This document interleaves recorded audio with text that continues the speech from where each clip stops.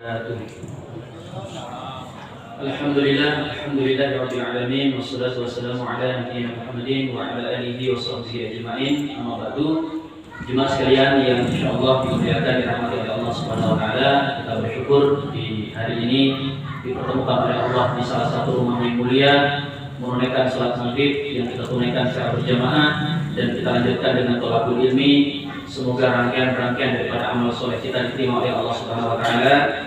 Allah jaga keikhlasan kita, ikhlas yang akan mengantarkan diterimanya amal kita dan mendatangkan kebaikan dunia dan akhirat. Amin. Allahumma amin.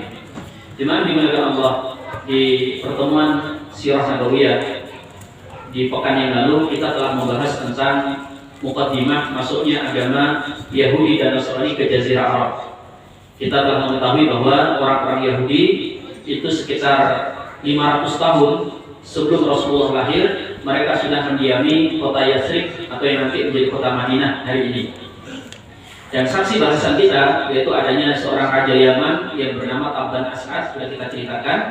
Dan Tabban ini jemaah disebutkan dalam Bidayah wa Nihayah karya Al-Imam Ibnu Katsir sebagai orang yang beriman kepada Nabi Muhammad bahkan sebelum Rasulullah itu diutus, bahkan sebelum Rasulullah lahir, bahkan sebelum kedua orang tua beliau itu juga lahir ke dunia. Diriwayatkan setelah Tabban itu didakwahi oleh dua pendeta Yahudi, dia dikenalkan kepada Nabi Muhammad SAW bahwa negeri Madinah ini adalah negeri mahjarun Nabi, akan datang Nabi yang hijrah ke sini, Nabi akhir zaman. Maka dalam Bidayah wa Nihayah, Tabban ini membaca sebuah syair yang terkenal. Dia mengatakan, "Syahidtu anna Ahmada Rasulullah minallahi barin nasab." Aku bersaksi bahwa sesungguhnya Ahmad adalah utusannya Allah, zat yang menghidupkan seluruh makhluk.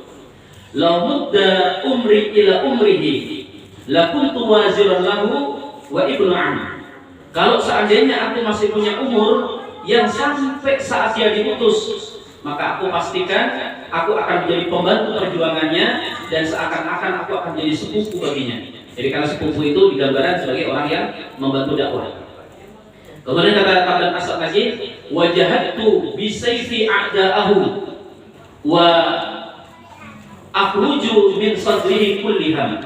Maka aku akan berjihad dengan pedangku melawan semua musuh-musuhnya. Maksudnya musuh-musuh dakwah Rasulullah, dan aku akan keluarkan dari dadanya Nabi SAW semua kesedihan dan penderitaannya. Jadi ini syair yang dibaca oleh Tabban As'ad yang kemudian dikatakan oleh para ulama, Tabban ini sahabat Nabi yang menjadi orang yang beriman bahkan ketika Rasul SAW belum diutus. Baik, dari kisah kita berlanjut, kita telah bersama Tabban kemudian membawa dua pendeta Yahudi ini ke Yaman dan kemudian menyebarkan agama Islam yang kala itu coraknya adalah corak Yahudi ini, dan orang-orang Yaman pun berbondong-bondong masuk dalam Islam. Nah, setelah Tabban wafat, Tabban digantikan sama anaknya namanya Hasan.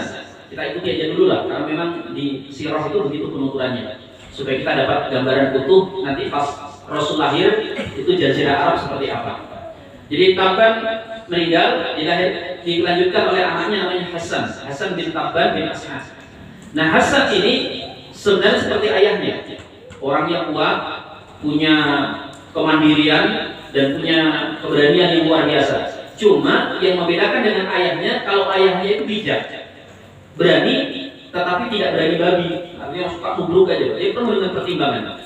Nah, Hasan ini mencoba melakukan perluasan wilayah negara yang dipimpinnya atau kerajaan yang dipimpinnya. Maka mulailah dia melanjutkan ekspansi yang sudah diawali oleh ayahnya sebenarnya, menaklukkan beberapa negeri-negeri.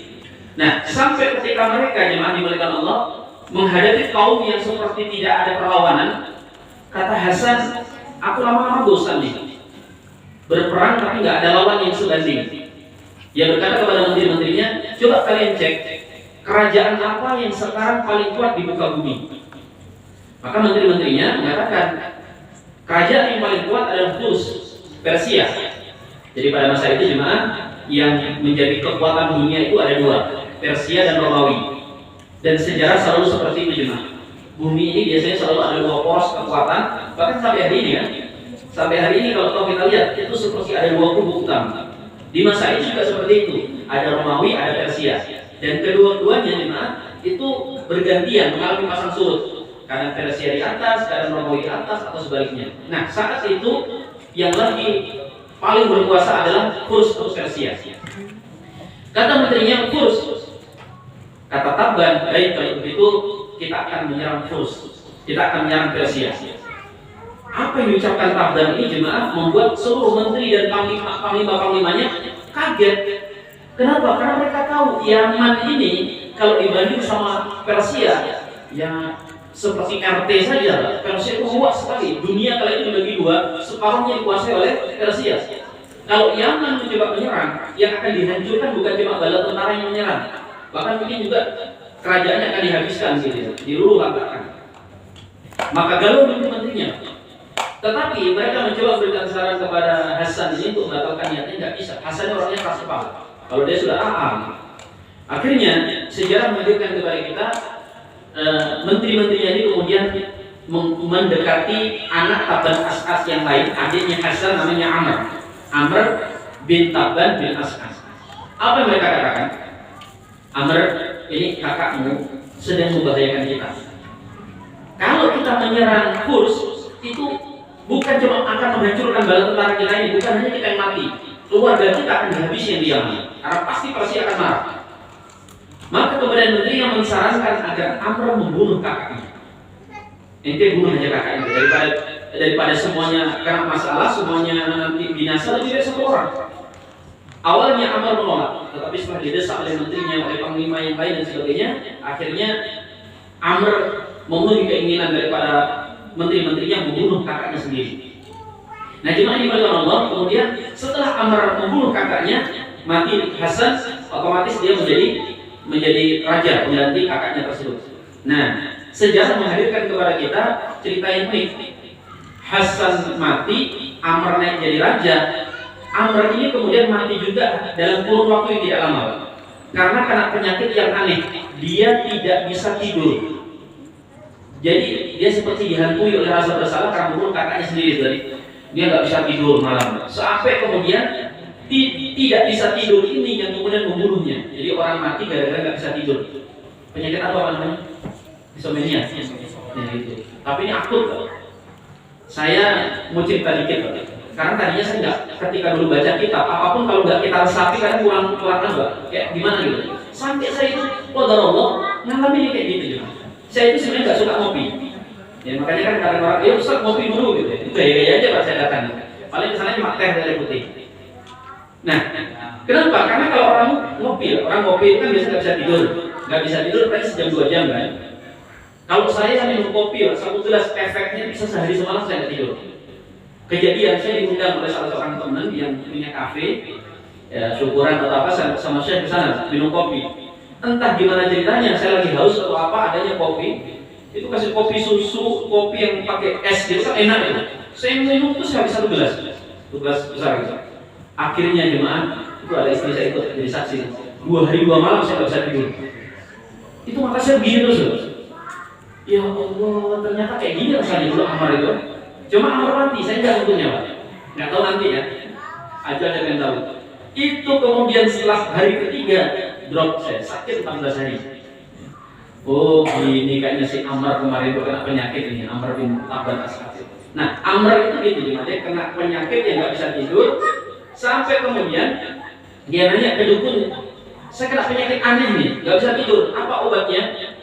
Kata dukunnya, kalau ente mau sembuh, ente bunuh semua menteri-menteri dan panglima-panglima yang telah mensarankan Anda untuk membunuh saudaranya. Karena orang yang kena penyakit seperti Anda ini gara-gara membunuh saudaranya sendiri.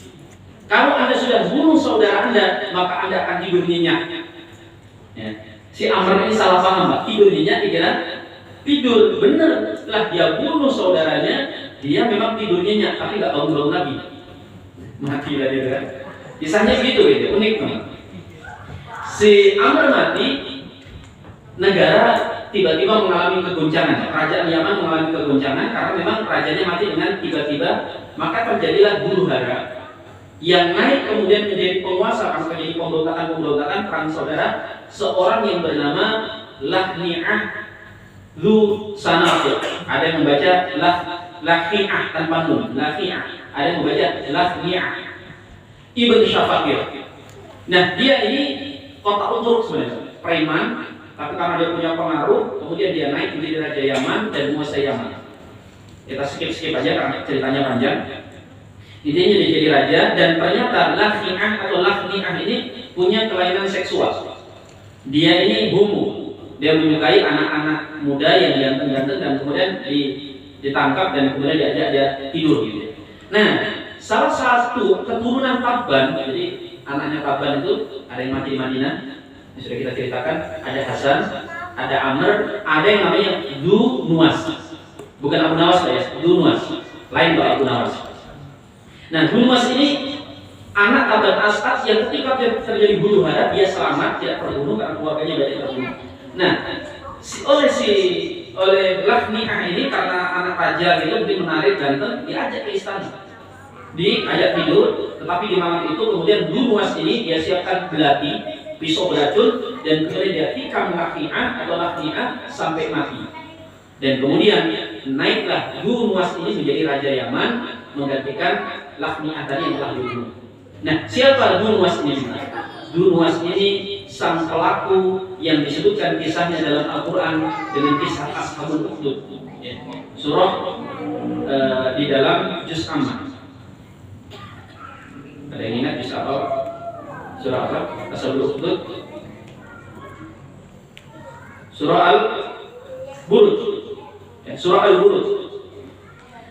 Innal ladina fatanul mu'minina al-mu'minat summa lam yatubu falahum adzabu jahannam wa lahum adzabul hariq. Innal ladzina amanu, bukan itu. Surah apa? Innal wa man naqamu minhum illa ayyuminu billahi al-azizil hamid. Surah Al-Buruj, Jadi dalam kisah tersebut Du Nuwas itu setelah menjadi raja, dia didampingi oleh penyihir. Ada penyihir Yaman yang sangat sakti yang kemudian menyebabkan agama Islam yang bercorak Yahudi itu berubah menjadi penyembah pagan, penyembah berhala. Nah, kita tinggalkan dulu Du Nuwas sebentar. Kita sekarang berpindah ke agama Nasrani, karena nanti akan terjadi peperangan antara dua agama ini, antara Yahudi dan Nasrani. Kita tinggalkan Tabban. Sekarang kita berkisah flashback ke belakang lagi tentang masuknya agama Nasrani. Kira-kira Tabban mungkin masih hidup. Ada seorang pendeta Nasrani namanya Filiun, tinggalnya di Syam, di daerah Suriah. Nah, kali itu setelah kematian Nabi Isa alaihissalam, agama Nasrani itu mulai terpecah. Ada yang masih mempertahankan kemurnian ajaran beliau, ajaran Islam, yaitu Nabi Isa adalah utusan Allah. Tetapi kekuasaan negara itu mengatakan bahwa Nabi Isa itu adalah anak Tuhan. Maka siapapun yang tidak mau mengikuti keyakinan resmi negara akan ditangkap, akan dibunuh, gitu ya. Maka mulailah terjadi kala itu penangkapan besar-besaran terhadap sekte-sekte Nasrani yang masih tidak mau menuhankan Nabi Isa. Mereka semuanya harus menuhankan Isa. Nah, salah seorang pendeta namanya Filiun itu demi menyelamatkan akidahnya, dia melarikan diri dari Syam. Dia kabur. Tujuannya kemana? Tujuannya ke Afrika. Karena dia tahu di Afrika itu ada beberapa komunitas orang-orang Nasrani yang mereka tidak menyembah berhala. Ya, dan nanti setelah Sirah Nabawiyah, diutusnya Nabi SAW, kita tahu Rasul memerintahkan beberapa sahabat sebelum hijrah ke Madinah, hijrah ke mana? Ethiopia, ke Habasyah. Nah, di Habasyah itu Raja Najasyi beragama Nasrani, dan agama Nasrani-nya Najasyi itu mirip dengan apa? Dengan ajaran Nabi Isa yang masih murni. Nanti kita akan sampai ke sana, karena nanti Raja Najasyi itu ketika dialog sama para sahabat itu bertanya, bagaimana ajaran yang dibawa oleh Nabi-Mu? Ceritakan tak? Begini agama kami, Nabi kami mengajarkan untuk menyembah Tuhan yang Esa. Kami tidak boleh membunuh anak-anak, kami tidak boleh saling berperang, kami tidak boleh menyembah berhala, sebagainya. Nah, kan pulang tuh sahabat, kata Raja Najasyi, sudah kalian aman di negeriku, kalian tinggal di sini, tidak boleh ada yang mengganggu. Datang utusan Quraisy mengatakan untuk mengacaukan para sahabat. Jadi masa Nabi, wahai Tuan Raja, sesungguhnya pengikut-pengikut Nabi baru ini, Nabi Muhammad, itu berkata sesuatu yang tidak baik tentang Isa ibn Maryam. Ini mau diadu. Akhirnya dipanggil lagi. Dipanggil para sahabat. Aku dengar kalian atau agama kalian mengajarkan atau memberitakan tentang Isa ibn Maryam. Bagaimana ajaran Nabi kalian? Kala itu kan, seluruh sahabat takut. Kalau mereka jujur, takutnya nanti mereka bakal diusir dari Habasyah atau bahkan ditangkap atau dibunuh. Tapi kalau mereka bohong, berarti mereka mendustakan ajaran Rasulullah. Kala itu jemaah yang berbicara adalah Ja'far ibn Abi Thalib, kakaknya Sayyidina Ali bin Abi Thalib. Dia mengatakan, wahai Tuanku Raja, sesungguhnya Isa itu di sisi Tuhan kami seperti Adam. Dia diciptakan dari tanah dengan kemudian Allah katakan kun fayakun. Dia adalah hamba Allah dan utusannya. Tahu jemaah? Itu Raja Najasyi turun dari singgasananya. Dia ngambil dari satu ranting itu kayak canggah ini, kayak apa gitu kan? Kayak ketepel gitu. Dan kemudian dikatakan, sungguh yang dikatakan oleh orang ini berasal dari miskos yang sama. Jadi ini kan percakapan dua ini. Dia katakan berasal dari miskos yang sama. Tapi walaupun satu Nasrani, satu Muslim, keduanya bersumber dari Tuhan yang sama. Jadi apa? Raja Najasyi masih mengikuti ajaran Nabi Isa yang masih murni. Tiba-tiba pendeta-pendeta yang ada di situ semuanya mendengus. Mungkin gitu kan, atau gimana menunjukkan ketidaksukaan. Kata Raja Najasyi, meskipun kalian mendengus, meskipun kalian tidak suka. Jadi rencananya kita kembali ke Femiun itu rencana mulai ke Afrika, ke Habasyah untuk menjaga akidah dia. Namun kemudian di jalan Femiun dirampok. Beliau dirampok dan kemudian dijadikan budak, diperjualbelikan. Selang beberapa lama dia jatuh kepada seorang tuan tanah dari negeri Najran. Najran ini di mana jemaah? Antara perbatasan Saudi sama Yaman. Tahun sekitar 67 bulan Saudi sama Yaman sempat perang memperebutkan wilayah ini. Sekarang masuk wilayah Yaman, ya Najran. Di daerah Najran. Begitu Finium tinggal di situ, jemaah, dia mengatakan begini, wahai tuanku, kepada tuannya dia, saya akan menjadi budak Anda dan akan patuh kepada Anda. Saya akan nurut Anda perintah apapun, saya akan taat. Cuma saya satu punya permintaan, kata Finium. Apa permintaan Anda?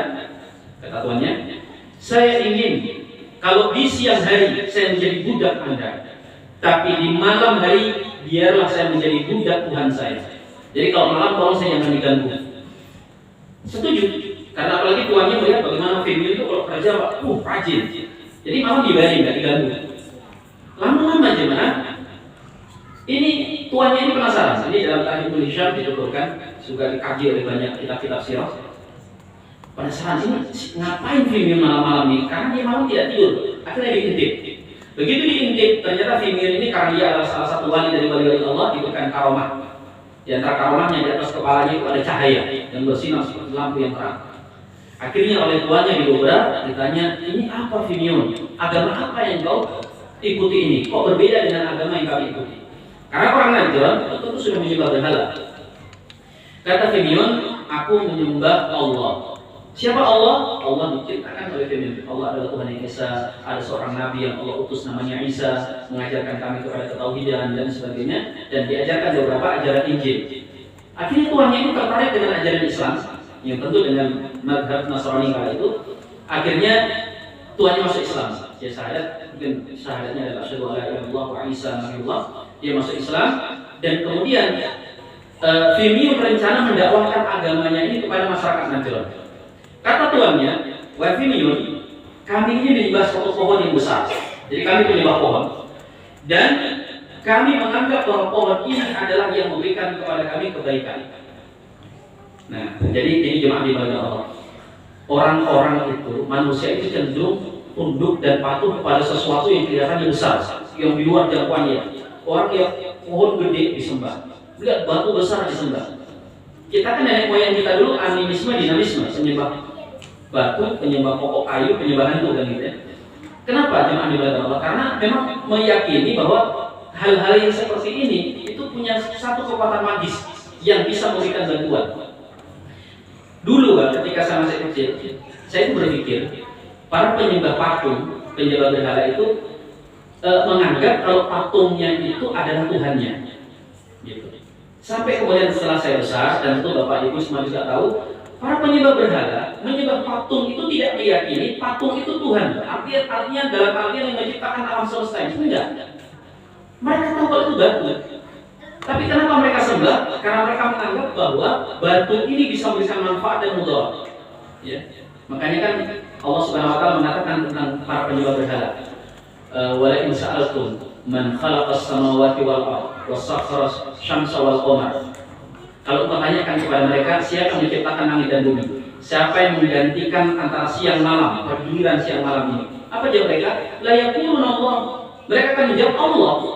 Orang-orang Quraisy itu tahu Pak, yang menyembah alam semesta, yang menciptakan alam semesta bukan Lata, bukan Uzza, bukan berhala yang ada di Ka'bah yang mereka ibadahi.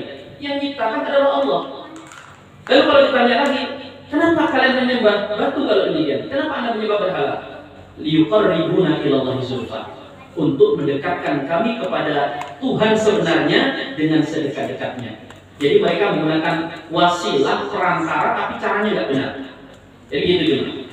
Sehingga kalau Bapak Ibu cermati, berhala-berhala yang disembah oleh para penyembah berhala itu biasanya punya kisah. Nggak ujuk-ujuk tiba-tiba disembah. Ya, misalnya berhala-berhala orang-orang Quraisy itu yang 360 patung itu semuanya adalah orang-orang soleh. Yang sebagiannya berasal dari Nabi Nuh. Jadi di masa umat Nabi Nuh itu ada pengikut Nabi Nuh yang sangat soleh orang baik luar biasa. Saking baiknya dianggap orang ini enggak kayak manusia. Nah, setelah mereka meninggal dunia oleh kaum setelahnya itu tidak langsung disembah, tapi diziarahi, didatangi. Kalau kita ziarah kubur untuk dzikrul maut ya, atau maksimal mendoakan. Mereka awalnya begitu, tapi lama-lama kemudian mulai diagungkan, diposisikan punya kekuatan yang bisa memberikan manfaat dan mudarat. Akhirnya saya akan bisiki, daripada kalian tiap hari datang ke kuburan, tidakkah kalian buat posternya saja, buatkan patungnya saja, gambarnya saja? Oh iya juga ya, mumpung masih ingat wajahnya, kan buatkan patungnya, buatkan gambarnya. Disembah? Enggak, siapa yang disembah? Mereka cuma menghormati, oh ini jasanya dulu ya, ini dulu orang soleh gitu. Cuma kan generasi berganti. Kalau yang tadi kakek-kakeknya cuma memuliakan, menghormati, mulailah anaknya nunduk, mulailah cucunya ruku, mulailah sujud, akhirnya mereka mulai menyembah berhala. Jadi kisahnya begitu. Ya, orang-orang soleh yang kemudian dipertuhankan karena dianggap bisa mendatangkan manfaat dan mudarat. Itulah kesyirikan. Nah, hadirin dimuliakan Allah, kita kembali. Fimyun ini diperkenalkan sama Tuhannya orang Najran. Suatu pohon besar, atau pohon apa gitu. Ini pohon depan sini. Kemana pohon depan? Sudah ditebang ya. Jadi ini tapi begede lagi, ya, besar sekali. Dan orang-orang kemudian dikumpulkan di sebuah padang, mengatakan begini. Wahai tuan-tuan sekalian, tuannya mengatakan, ini ada Tuan Fimyun, dia membawa agama baru. Agama baru begini, dia mengajak agar kita masuk agamanya. Kata masyarakat, kami mau masuk ke agama Tuhan ini kalau dia bisa mengalahkan Tuhan kita. Pohon kayu besar. Gimana caranya Pak? Ini mungkin ditambang saja butuh sensor gitu ya. Akhirnya Fimyun berdoa kepada Allah Subhanahu wa taala, dia berdoa, begitu kisahnya di Sirah. Tiba-tiba Allah menurunkan sa'iqah, petir besar dan menyambar pohon tersebut dan terbakar hangus. Karena peristiwa ini seluruh penduduk Najran masuk ke dalam agama Islam. Sekali lagi Pak, Islam itu bukan yang dibawa oleh Nabi Muhammad saja, tapi yang dibawa oleh nabi-nabi yang diutus oleh Allah. Meskipun kemudian dalam perjalanannya mereka menyimpang gitu. Nah, hadirin dimuliakan Allah, Fimyun wafat, lahirlah beberapa generasi sampai orang yang namanya Abdullah ibn Samir. Nah, Abdullah bin Samir ini orang soleh. Beliau itu orang soleh, termasuk wali dari wali-wali Allah, pengikut Nabi Isa dengan ajaran Masih Murni. Nah, saat itu kita kembali sekarang kepada Raja Yaman. Siapa tadi namanya Raja Yaman? A. Mukidi, B. Asep, C. Nuwas. Nah, benar. Kalau sampai ada yang jawab Asep, Mukidi pulang ya. Ini benar-benar nggak memperhatikan. Nuwas, itu jemaah dimana punya penyihir tadi kan. Nah, penyihirnya ngomong gini, Tuanku Raja, kelihatannya ajalku nggak akan lama lagi. Aku akan mati. Dan aku ingin Anda tetap punya pendamping, penyihir yang sakti. Karena itu saya butuh murid. cari yang paling berbakat. Karena apa? Karena saya nggak bisa ngangkat murid banyak-banyak, murid harus satu saja. Saya akan ajari ilmu sihir sehingga dia akan menjadi pendamping Anda dan anak keturunan Anda. Akhirnya Kahban, si Dunwas ini cuma yang sudah menjadi penyembah berhala, walaupun konon dia mengikuti agama Yahudi, mulai mengadakan penerimaan peserta didik baru, penyihir ya. Mulailah mengadakan tes-tes di beberapa negeri untuk mencari calon penyihir berbakat. Singkat cerita, terpilihlah seorang anak muda. Ini hadisnya sahih. Kalau ini sudah masuk hadis saya. Kalau riwayat yang tadi ada yang Dhaif, ada yang Hasan, ada yang ini ada dalam Sahih Bukhari. Lahirlah terpilih seorang anak muda yang kemudian anak muda ini diterima menjadi muridnya si penyihir ini. Nah, hadirin dimuliakan Allah, singkat cerita, kita cepat karena hadis panjang nih. Anak muda ini tinggal di istana, dia diboyong ke istana supaya mudah berguru kepada penyihir. Tapi penyihir ini punya padepokan. Padepokannya namanya penyihir yang mungkin di gunung atau di mana gitu kan. Nah, setiap perjalanan jemaah dia kan dari istana ke penyihir ini dia lalu lalang gitu ya. Sampai terjadi sebuah peristiwa saat dia pergi untuk berguru kepada penyihir, dia melintasi sebuah jalan. Kemudian dia dengar adanya murotal. Bukan murotal Quran, ini murotal Injil ternyata. Ada orang membaca lantunan ayat yang begitu indah. Maka dia dengerin, dia cari asal suara tersebut, dan itu ternyata adalah suara Abdullah bin Samir yang tadi kita tuturkan tadi. Nah, Abdullah bin Samir ini kemudian berkenalan dengan anak ini, diceritakan, ditanya kamu siapa nak? Aku anak muridnya penyihir ini dan sebagainya, dan didakwahi. Ya, jadi didakwahi dengan ajaran Islam. Akhirnya anak mudanya tertarik. Setiap dia berangkat, semampir dia ke Abdullah bin Samir, belajar Injil, kemudian setelah cukup dia lanjut belajar. Tapi lama-lama penyihir curiga, kenapa Anda ini sering lambat ini? Karena kemarin-kemarin nggak pernah lambat. Akhirnya dimarahin.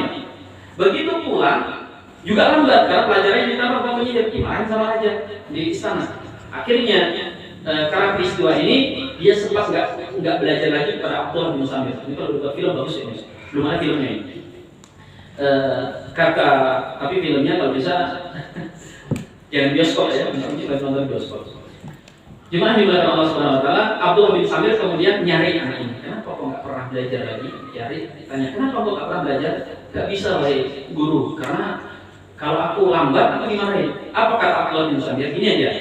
Kalau engkau ditanya oleh penyihir kenapa lambat, katakan raja menahanku. Kalau ditanya raja kenapa lambat, penyihir menahanku.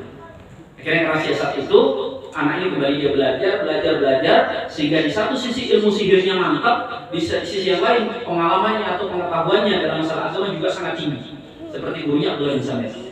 Sampai terjadi peristiwa, hadirin yang nanti menjadi titik balik dari pemuda ini, karena dia masih ragu. Dia mau mengikuti Abdullah bin Samir, takut sama raja.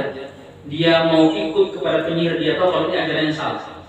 Sampai terjadi sebuah peristiwa dalam Bukhari, di sebuah simpang jalan yang biasa dilalui oleh manusia, itu tiba-tiba ada seekor dabah. Begitu bahasa sirah membahasakan, dabah itu hewan besar. Apakah gajah, apakah badak, apakah singa, nggak tahu. Yang jelas kemudian mengganggu orang yang lalu lalang di situ, karena tidak ada yang bisa menghentikan dabah itu tadi. Yang mengganggu sekali. Nah, si anak kecil ini diambil batu, pemuda ini diambil batu, kemudian dia mengatakan begini, ya Allah, jika ajaran Abdullah bin Samir itu adalah ajaran yang benar, maka berilah kekuatan kepadaku dengan batu ini untuk membunuh dabah tersebut. Kemudian dia baca Bismillah, dia lempar dabah tersebut, entah kemudian karena titik lemahnya atau Allah berikan karamah dan sebagainya, dabah ini tiba-tiba mati seketika. Maka masyarakat itu langsung kagum. Mereka tahunya ini kan muridnya penyihir. Mereka mengatakan luar biasa, anak muda ini sudah sangat tinggi ilmu sihirnya, bahkan mungkin mengalahkan gurunya. Dikatakan demikian, anak ini tidak rebel. Dia masih muda, masih belia, dia mengatakan tidak, demi Allah. Tetapi justru ajaran Abdullah bin Samir lah yang benar, yang menuntun aku kepada kebenaran. Orang-orang heran, mereka bertanya apa itu, apa ajaran itu. Dan akhirnya dia tuntun beberapa orang untuk mendatangi Abdullah bin Samir masuk agama Islam. Mulailah agama Islam tersebar di wilayah Yaman, tetapi masih di bawah tanah, diam-diam. Sampai kemudian jemaah ada seorang menteri dari menteri-menteri Dunwas itu yang dia lumpuh, tangannya ada, kakinya ada, tapi lumpuh dan buta. Dan dia kemudian masuk agama Islam, dibawa kepada Abdullah bin Samir dan kemudian diobati dan dia sembuh dia sembuh. Pas kemudian pertemuan, kalau kita bahasanya rapat kabinet gitu ya, si Pak Raja, dia undang menteri-menterinya. Biasanya si menteri yang satu ini kan namanya lupus sama maksud tadi, apa gitu kan. Kali ini enggak, datang dengan seger gitu. Kaget, kata Guru Mas. Itu tempoh hari kan sakit, kok sekarang sehat? Nah diceritain lah. Keceplosan, padahal dipeseni sama Abdullah bin Samir, jangan cerita ke siapapun. Nah orang mungkin keceplosan dia cerita ada orang begini dengan ajaran begini, terbongkar. Kisahnya kemudian kita percepat, itu raja ini marah karena ternyata ada agama baru yang merongrong kerajaannya, yang dia khawatirkan, itu agama Islam. Maka kemudian ditangkaplah Abdullah bin Samir dan dibunuh. Pemuda ini juga ditangkap, bahkan menterinya juga dibunuh dan beberapa tokoh dibunuh kecuali pemuda ini. Nah, pemuda ini rencananya oleh raja dibunuh dengan cara yang spektakuler. Jadi kalau dibunuh biasa nggak viral, rencana mau dibuat supaya FYP lah, supaya viral di TikTok kan. Nah, ini mau saya bunuh dengan cara spektakuler karena dia yang pilih gara-gara. Apa rencana raja? Yang pertama, dia suruh beberapa prajuritnya untuk membunuh si anak ini dengan cara dijatuhkan dari atas bukit. Supaya kalau jatuh di atas bukit semua orang nonton, jenazahnya kelihatan dan kena hancur dan sebagainya. Dibawa oleh beberapa prajurit ke atas gunung. Dan begitu di atas gunung hadirin ibadah Allah,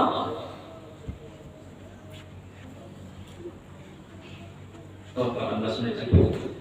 Anak muda ini berdoa, ya Allah, selamatkan aku dari makar raja ini dengan caramu dan apapun yang kau kehendaki. Tiba-tiba gunung itu goncang, gempa, semua prajurit-prajurit berguguran, rontok, jatuh, semuanya meninggal kecuali anak muda ini. Uniknya anak muda ini tidak kabur. Dia begitu selamat, dia balik lagi ke raja tersebut. Loh, kok nggak mati? Akhirnya kemudian kata raja, oke, tenggelamkan begitu. Sama kisahnya, begitu mau ditenggelamkan, ternyata kembali dia berdoa, ya Allah, selamatkan aku dari makar raja ini dengan cara apapun yang kau kehendaki. Tenggelam semua mereka, mati semuanya, anak muda ini balik lagi dan nggak mati, gitu. Kaget tahu banget. Kata anak muda ini, wahai tuan raja, kelihatannya anda ini begitu bernafsu ingin bunuh saya dengan cara viral-viral supaya saya dilihat banyak orang ketika mati. Iya, gimana caranya? Saya punya satu cara. Kalau anda lakukan itu, saya akan terbunuh dan banyak orang yang menonton. Yaitu kumpulkan semua masyarakat di sebuah padang dan kemudian panah saya dengan panah ini dan katakan saat memanahnya, Bismillah bihadza rabbil gulam, dengan nama Allah Tuhannya anak ini. Jadi sebenarnya anak muda ini pakai siasat, dia pakai satu siasat supaya raja ini seakan-akan sudah muslim dan supaya agama Islam tertolong dengan sebab ucapan raja tersebut. Karena dia nggak sadar, dia pikir ini hanya mantra biasa. Bismillah bihadzal gulam. Benar. Setelah hari yang ditentukan, dikumpulkan masyarakat luas di sebuah padang, anak ini diikat dan raja ini kemudian disaksikan dengan banyak mata. Dia angkat busurnya, diambilkan anak panah itu dan dia teriak dengan sekeras-kerasnya, Bismillah birabbi hadzal gulam. Langsung dipanah. Begitu dipanah melesat menancap di jidatnya anak muda ini dan seketika anak muda ini syahid. Dia terbunuh. Begitu dia mati, Allah, seluruh masyarakat itu dikira raja ini mau masuk Islam. Mereka juga mengatakan, amanna bi rabbi hadzal gulam. Kami semua beriman kepada Tuhannya anak ini. Ya, ada yang kemudian ikut masuk Islam, ada yang memang tadinya imannya disembunyikan sekarang dinampakkan. Nah, karena itulah hadirin dimuliakan Allah, kemudian digali parit besar di Yaman yang saya pernah ketika di Yaman itu diajak sama beberapa diajak sama beberapa teman, ada kayak terusan kayak parit tapi kering, katanya kemungkinan ini yang dibuat oleh Ashabul Ukhdud kali itu, tapi nggak bisa dikonfirmasi betul atau tidak, katanya panjang. Ini parit digali, kemudian ditaruh kayu bakar, dicurahkan super dan kemudian dibakar. Kemudian masyarakat Najran disuruh milih, Anda murtad atau tetap dengan agama Islam tapi dibakar. Maka mereka yang menolak langsung dibakar, rata-rata menolak. Dan sejarah menunjukkan kepada kita saat itu sekitar 20.000 kaum muslimin dari pengikut Nabi Isa dibantai oleh Dunwas, dibunuh semua, dibakar. Dan dalam hadis riwayat Bukhari dikatakan bahwa tidak ada bayi yang berbicara di masa kecil kecuali 3 pihak. Meskipun kalau kita baca hadis seperti ini, kita kompromikan ke hadis yang lain. Karena selain yang 3 ini ada yang lain lagi. yaitu kalau di sini disebut adalah Isa bin Maryam, kemudian bayi Juraij itu ya, bayi yang bisa ngomong, dan bayi ketika peristiwa Ashabul Ukhdud ini ada yang bisa ngomong. Jadi kisahnya ada seorang ibu-ibu ketika dia akan dilemparkan ke api ragu-ragu. Sebenarnya bukan dia takut mati, dia kasihan lihat bayinya ini. Tapi kemudian bayinya berbicara, wahai ibu jangan ragu, sesungguhnya kita dalam kebenaran. Akhirnya ibu itu bahkan tidak didorong, dia langsung lompat dengan sukarela ke dalam api tersebut dan terbunuh syahid bersama 20.000 kaum muslimin yang lain. Nah, kita baca kisah-kisah ini Pak supaya tahu bahwa umat Islam itu banyak dari umat-umat terdahulu. Meskipun setelah diutusnya Nabi berikutnya, mereka itu harus beriman kepada Nabi utusan Allah itu. Tadinya kalau kita lihat kisahnya kan, Durwas itu dengan seluruh rakyat Yaman itu Muslim, pengikut agama Yahudi yang masih murni. Tapi begitu Isa diutus, pengikut-pengikut Yahudi itu berubah menjadi orang-orang musyrik. Nah, sama ketika Rasulullah SAW diutus, pengikut Nabi Isa berubah menjadi orang-orang musyrik.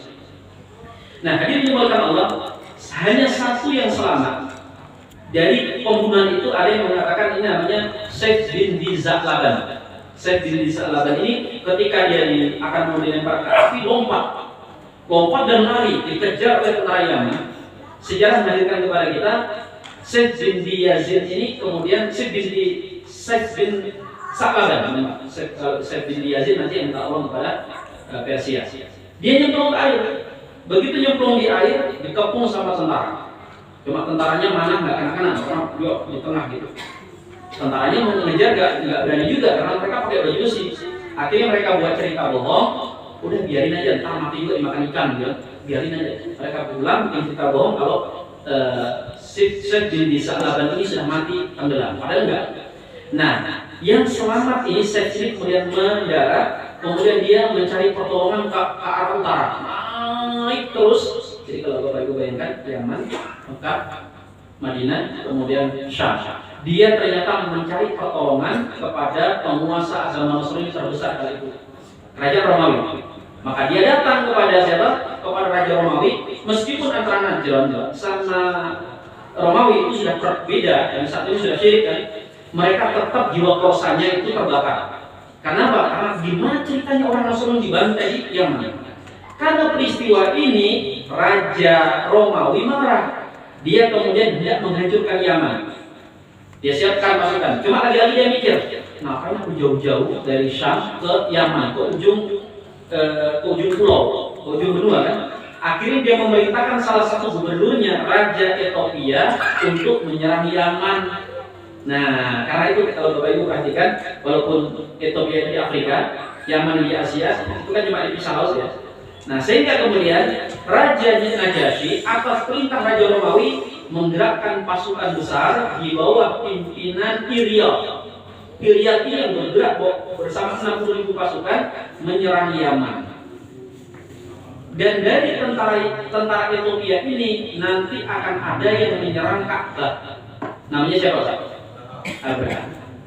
Tapi tadi panglimanya Iryad. Kok bisa Abraham? Ceritanya unik.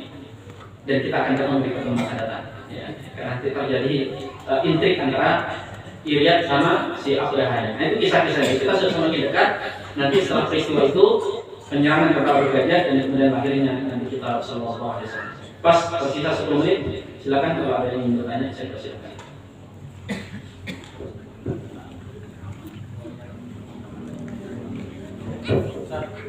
Enggak, silakan. Sering kita mendengar sahabat atau siapa yang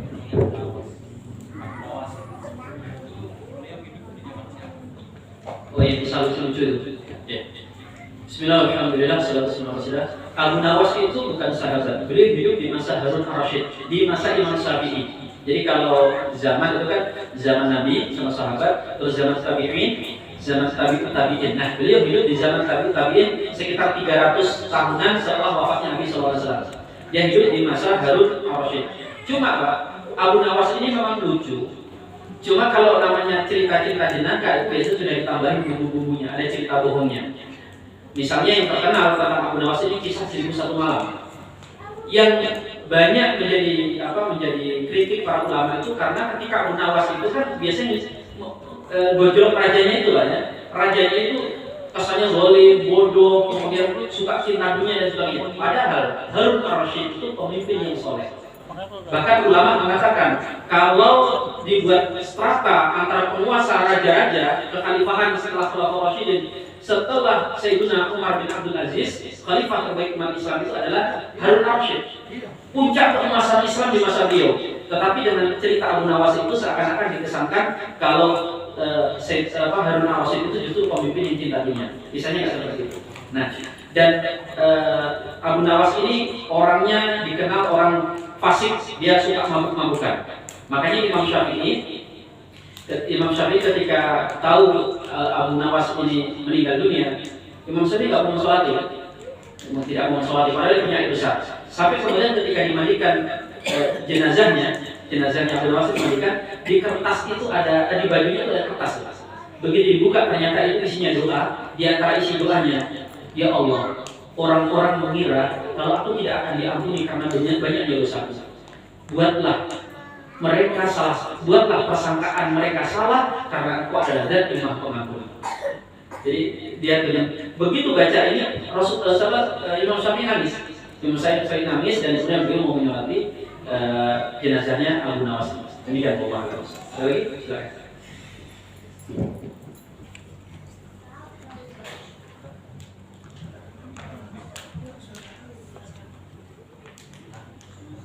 Baik, kalau tidak ada saya izinkan jawab pertanyaan ini jemaah dari salah satu jemaah tentang kurban untuk orang meninggal dunia.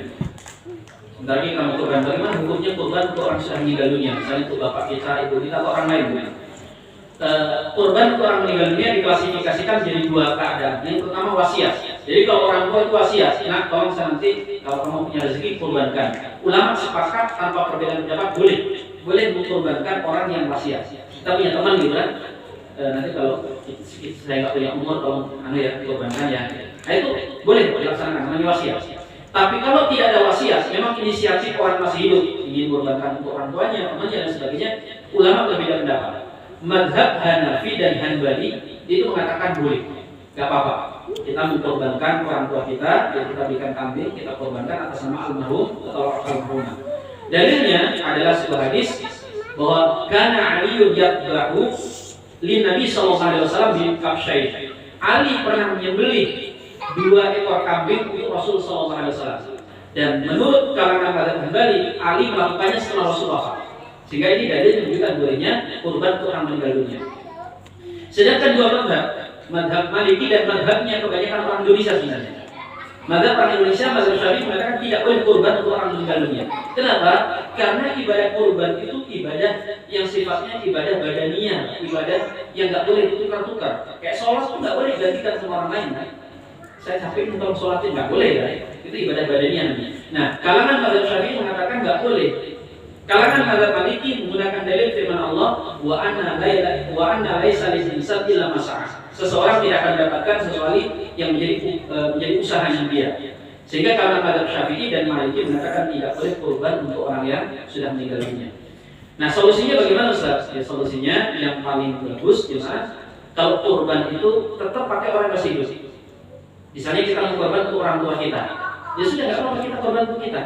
Karena apa? Karena dalam fikih mazhab Syafi'i dan semua mazhab yang lain, kurban itu jemaah namanya sunnah kifayah. Kalau seseorang sudah mengerjakannya, keluarganya semuanya dapat pahala.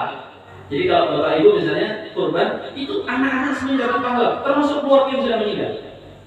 Kalau kita ingin memperbesar pahala supaya kalau dibagi-bagi pahalanya jadi nggak banyak, tambah kurbannya. Kita mengkorban untuk orang tua kita. Oh, saya sudah kurban, orang tua dapat.